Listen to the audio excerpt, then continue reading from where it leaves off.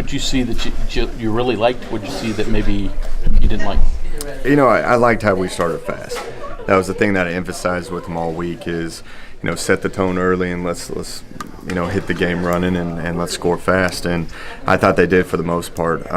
My biggest disappointment is kind of what I said after the game was when we started putting the twos and we started substituting guys in that we weren't playing at a very high level. So it's kind of up to us as coaches that we've got to play or develop these guys, and we got to develop these twos good enough where we can have a good enough depth because it's a long season. We're going to have to rely on these guys at the end.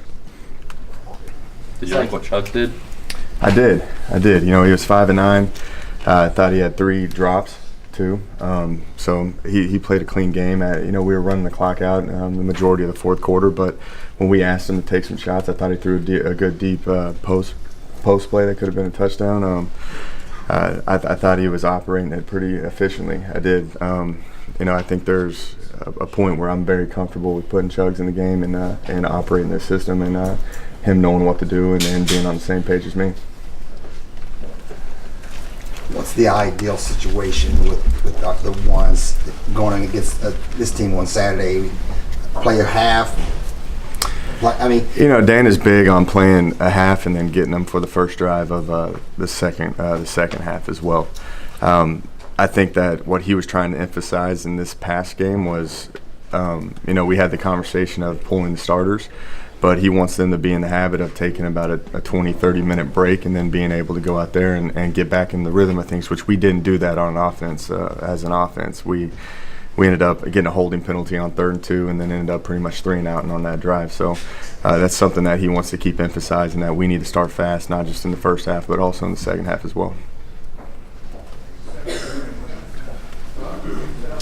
Sills mentioned on the one play that was kind of something he saw that you guys talked about.